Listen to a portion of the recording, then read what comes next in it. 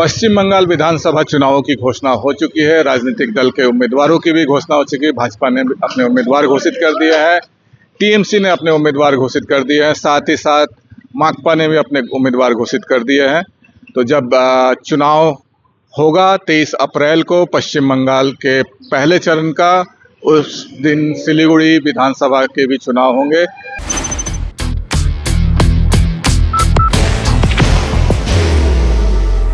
There will only be one insignia. तो आंकड़ों के खेल में कौन बाजी मारेगा यह तो 4 मई को जब वोटों की गिनती होगी तब पता चलेगा। लेकिन वर्तमान में जो पिछले चुनाव हुए थे, लोकसभा की बात करें या विधानसभा की बात करें या सिलीगुड़ी नगर निगम के चुनाव की बात करें, तो आंकड़ों में कौन कहाँ है, ये तस्वीरें लेकर आज हम आपके साथ जुड़े हैं। तो ये इस वक्त हम आपको बताना चाहेंगे कि सिलीगुड़ी विधानसभा क्षेत्र में भाजपा के उम्मीदवार शंकर घोष हैं, वहीं उनके सामने टीएमसी से वर्तमान मेयर सिलीगुड़ी के गौतम देव हैं, जो कि 2 बार मंत्री रह चुके हैं ममता सरकार में। और वहीं तीसरी ओर माकपा के सरदेंदु चक्रवर्ती हैं, जो कि वर्तमान में 29 नंबर वार्ड के काउंसिलर हैं माकपा के। तो ये तस्वीरें हम आपके साथ साझा करेंगे कि कौन आंकड़ों में कहां पर है और किसकी सरकार बनेगी। बाहर की भागदौड़ अब नहीं तोड़ेगा आपके घर का सुकून। SBM गोल्ड UPVC विंडोज, आपके घर का सुकून। दर्शकों, हम आपको बता रहे थे कि सिलीगुड़ी विधानसभा चुनाव में आंकड़ों के खेल में कौन कहां पर मौजूद है इस वक्त। और इस विधानसभा चुनाव में जो कि 23 अप्रैल को होने हैं, पश्चिम बंगाल के 2 चरणों के चुनाव में पहला चरण का जो चुनाव होगा 23 अप्रैल को होगा, उसमें सिलीगुड़ी का भी मतदान किया जाएगा उस दिन। और सिलीगुड़ी की जनता इस बार किसको चुनेगी यह तो जब वोटों की गिनती 4 मई को होगा तब पता चलेगा। तो आंकड़ों की बात करें तो आंकड़ों में इस वक्त कौन कहां पर है, किस स्थिति में है, वो जानकारी हम आपके साथ साझा करेंगे।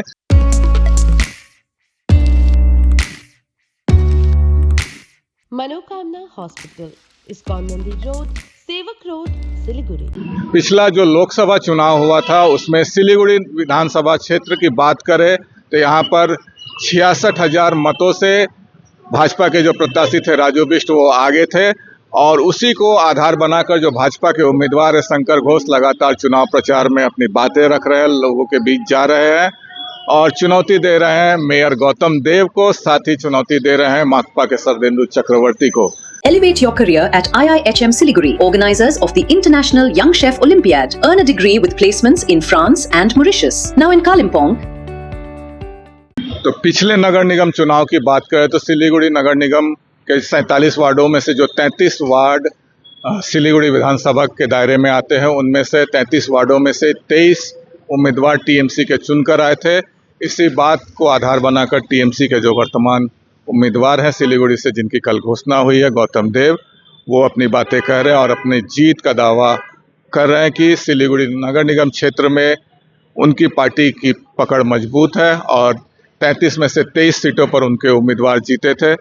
वहीं अगर विधानसभा चुनाव की बात करें तो 2021 के विधानसभा चुनावों में शंकर घोष ने जीत हासिल की थी भाजपा के टिकट से, और वो उस समय माकपा छोड़कर भाजपा में आए थे और उनको आने के साथ ही टिकट मिला था और उन्होंने एक जीत हासिल की थी। अपने निकटतम प्रतिद्वंदी तृणमूल कांग्रेस के ओम प्रकाश मिश्रा को उन्होंने पराजित किया था। उस समय के जो आंकड़े थे उसमें शंकर घोष ने एक चमत्कारिक रिजल्ट दिया था सिलीगुड़ी की जनता को और अपने पार्टी को, और 89,370 वोट हासिल किए थे। लगभग 50% वोट शंकर घोष को मिले थे।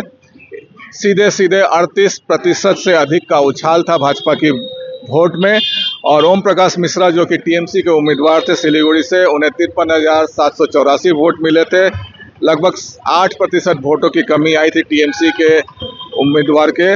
और वहीं बात करें शंकर घोष के पूर्व राजनीतिक गुरु अशोक भट्टाचार्य की, तो उन्होंने भी माकपा की ओर से प्रतिद्वंदिता की थी विधानसभा चुनाव में 2021 में सिलीगुड़ी केंद्र से, और 28,835 मत हासिल किए थे। 16% मत मिले थे और सीधे 30% का नुकसान झेलना पड़ा था माकपा को। लेकिन वर्तमान परिस्थिति की बात करें तो कौन जीतेगा कौन हारेगा यह तो 4 मई को जब वोटों की गिनती शुरू होगी और जब रुझान आने शुरू होंगे तभी पता चलेगा। कि कौन जीतेगा, लेकिन सभी पार्टियों के, सभी नेताओं के, सभी उम्मीदवारों के अपने अपने जीत के दावे हैं। एक और जहां शंकर घोष विधानसभा और पिछले लोकसभा चुनावों के आंकड़ों पर अपनी बातें रख रहे हैं और जनता के बीच परिवर्तन की मांग कर रहे हैं, वहीं तृणमूल के उम्मीदवार सिलीगुड़ी के मेयर गौतम देव माँ माटी मानुष की सरकार को दोबारा बनाने की मांग जनता के बीच लेकर जा रहे हैं।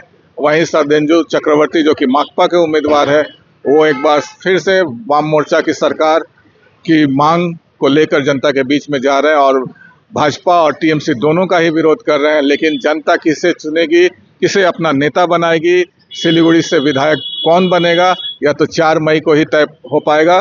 तो इस तरह की और भी खबरों के लिए आप हमारे साथ जुड़े रहिए और देखते रहिए खबर समय हर समय। धन्यवाद।